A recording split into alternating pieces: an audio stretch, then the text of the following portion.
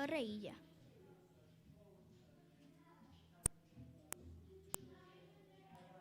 Hoxe vamos a contarvos unhas noticias e un especial do 8 de marzo. Cineclube Entre Cortiñas. O xoves 12 ás 8 da tarde proxectarase Sorda, de Eva Libertad. O venres 20 ás 8 da tarde proxectarase Flores para Antonio, de Elena Molina e Isaac Lacuesta.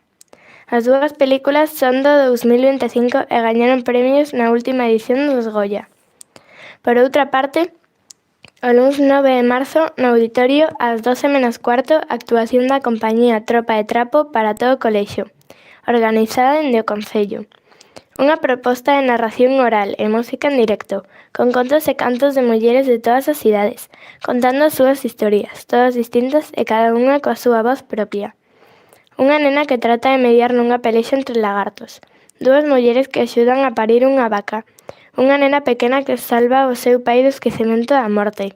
A historia de Kinshasa, a elefanta máis bella e sabia de África que aconsella e axuda a resolver os conflictos entre animais. O poder do amor e da memoria, a importancia do bo trato entre as persoas, a loita contra a violencia machista e a igualdade entre homes e mulleres, a resolución de conflictos mediante o diálogo, son algúns dos temas que imos atopar nesta proposta de contos e música da compañía Tropa de Trapo. Que ben o imos pasar! Agora, o Día Internacional da Muller, celebrado o 8 de marzo, é unha xornada global de loita e reivindicación pola igualdade real de xénero, os dereitos das mulleres e a erradicación da violencia machista.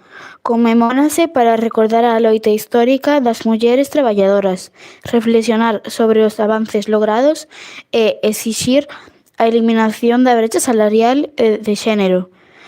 Na segunda Conferencia Internacional das Mulleres Socialistas, realizada en Copenhague en 1910, Clara Zetkin propuxo e aprobouse a celebración do Día da Muller Traballadora, o 8 de marzo. As mulleres de Arousa tamén loitan polos seus dereitos. Imos contar dous exemplos, un que sucedeu hai máis de 3 décadas e outro máis recente. En agosto do ano 1989, 100 mulleres pecháronse na fábrica de Odosa para exixir os dereitos laborais que lles correspondían e denunciar os graves abusos que sofrían. Algunhas delas fixeron folga de fame. Traballaban horas e horas, pero non estaban dadas de alta na Seguridade Social. Moitas levaban traballando desde que eran nenas, sen dereitos, e se eran despedidas non poderían comprar a pensión de xubilación, polo que quedarían na pobreza absoluta. Toda a vila acabou por volcarse con elas. Levaron a súa loita ata o goberno autonómico e foron incansables aínda tendo todo en contra. Despois de 2 meses de loita, acadaron os seus obxectivos. Venceron. Todas as traballadoras quedaron protegidas e coas súas correspondentes pensións. Hai un documental que recolle este feito histórico na illa de Arousa. Chámase Doli, Doli, Doli coas conserveiras.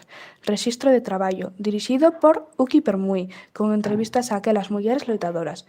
En 2016 nace Mullerasas de Arousa, un proxecto centrado en temas de interese para as mulleres locais. Ao longo dos anos converteuse nun espazo para discutir e formular propostas para modernizar a situación da muller na illa de Arousa, levando a cabo as accións importantes como a creación dunha mesa da muller, a elaboración de propostas para o primeiro Plan Municipal de Igualdade e a organización de marchas feministas o 8 de marzo de 2019. Iniciativas como esta axudan a fortalecer a igualdade de xénero e tamén promoven o cambio social. Ademais, proporcionan un lugar onde as mulleres poden expresar as súas inquedanzas e colaborar na creación de solucións para as súas necesidades. Dende aquí, mandamos un saúdo a todas as mulleres da Arousa, de Galicia e do mundo enteiro.